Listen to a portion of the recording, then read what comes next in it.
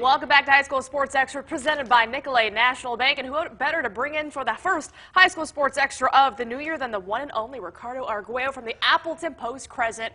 Ricardo, hope you had a great new year, great holiday.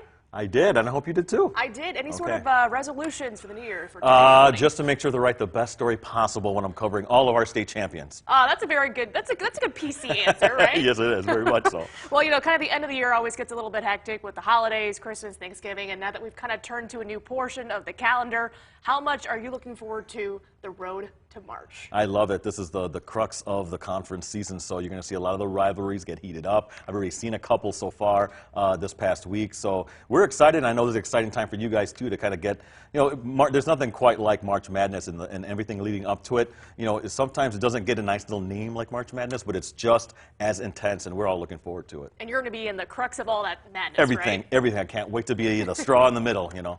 Love it. All right, let's talk about some of the contending teams in the Appleton area. And obviously last night you streamed the Cape Town collision between Kimberly and Kaukauna. Nice, okay. And Ricardo, there you are. Yes, there doing I am. your work. Yeah. It was all papermakers on their home floor as they won big 88-60. They improved to 8-0 in the FVA, which makes them the early team to beat, right? Yeah, and not just that. If you look at Kimberly and their only two losses was a 3-point loss to #1 ranked Sussex Hamilton with Patrick Baldwin of Sussex Hamilton, who's one of the top recruits in the nation.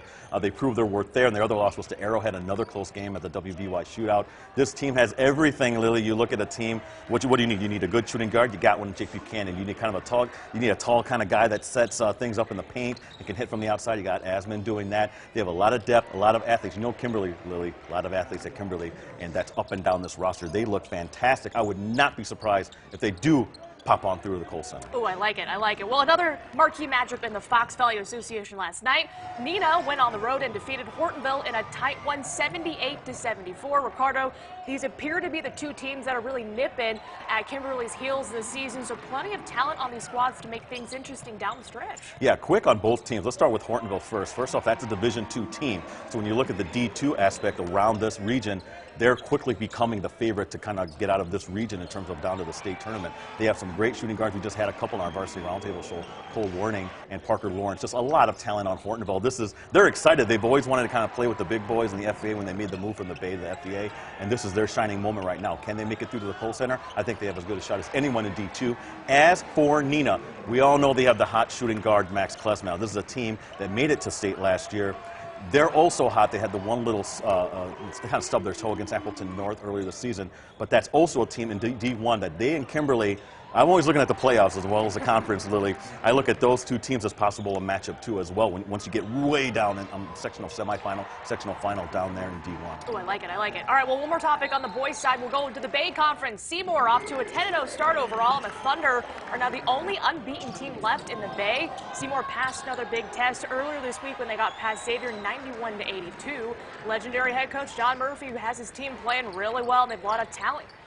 Talented guard play led by Mason Dorn. He's averaging 29 points per game, and he's been spectacular this season. He has kind of come out of nowhere to kind of one of the top scorers in our area. It's amazing to see him develop, and you got to give a lot of credit to John Murphy. This is a Seymour program that's kind of been down, relatively speaking, down. And they're usually a state contender, but now they're back. They're 10-0. It almost feels kind of natural to see Seymour at the top of the Bay and contending. Also, they're also in D2 along with Hortonville, as we mentioned before. So Mason Dorn, anytime you have a hot shooting guard, you got a shot. And for him, averaging 29 points, again, just shows you the development that Coach Murphy has with his players. He's a very underrated coach. He's a legendary coach, I agree with you, but he's also an underrated coach in terms of developing these great players, and Mason's another example of that. Yeah, I remember when he first started now until now, it's been a great growth for him. Incredible. All right, let's flip to the girls' side. Now, Hortonville has run the gauntlet through the FVA, not only defeating all the top teams, but beating them handily as well. I think it's fair to say that Polar Bears are the cream of the crop in the association.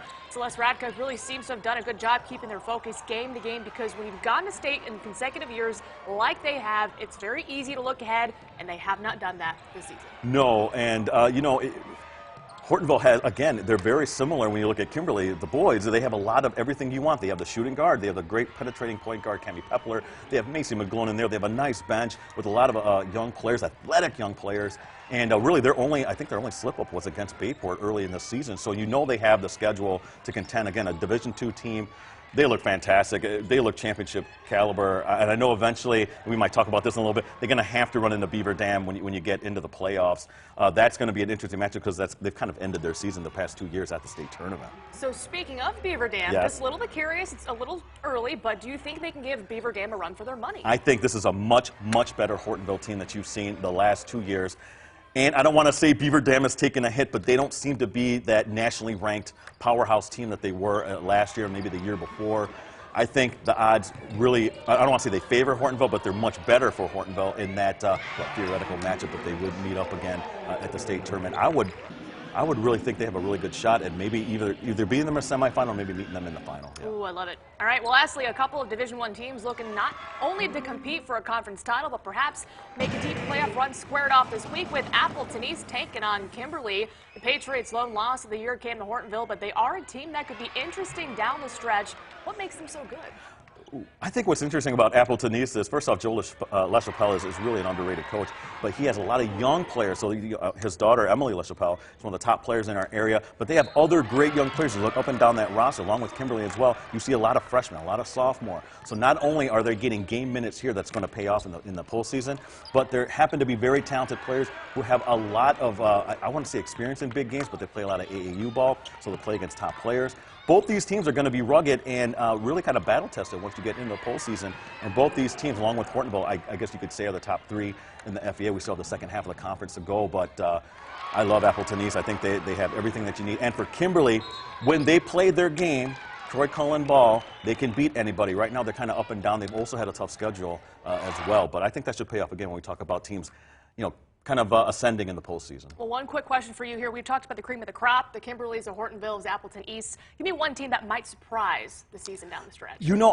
Here's someone that people aren't talking about, and I think they've been underrated for both boys and girls, if I may. Wrightstown. Wrightstown girls, Wrightstown boys.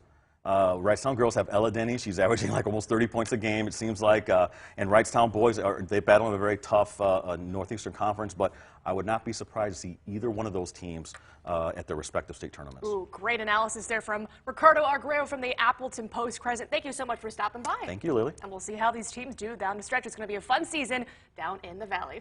All right, coming up next on High School Sports Extra, it's the Look 5 Top 5 Plays, Team of the Week, and much more. You don't want to miss it.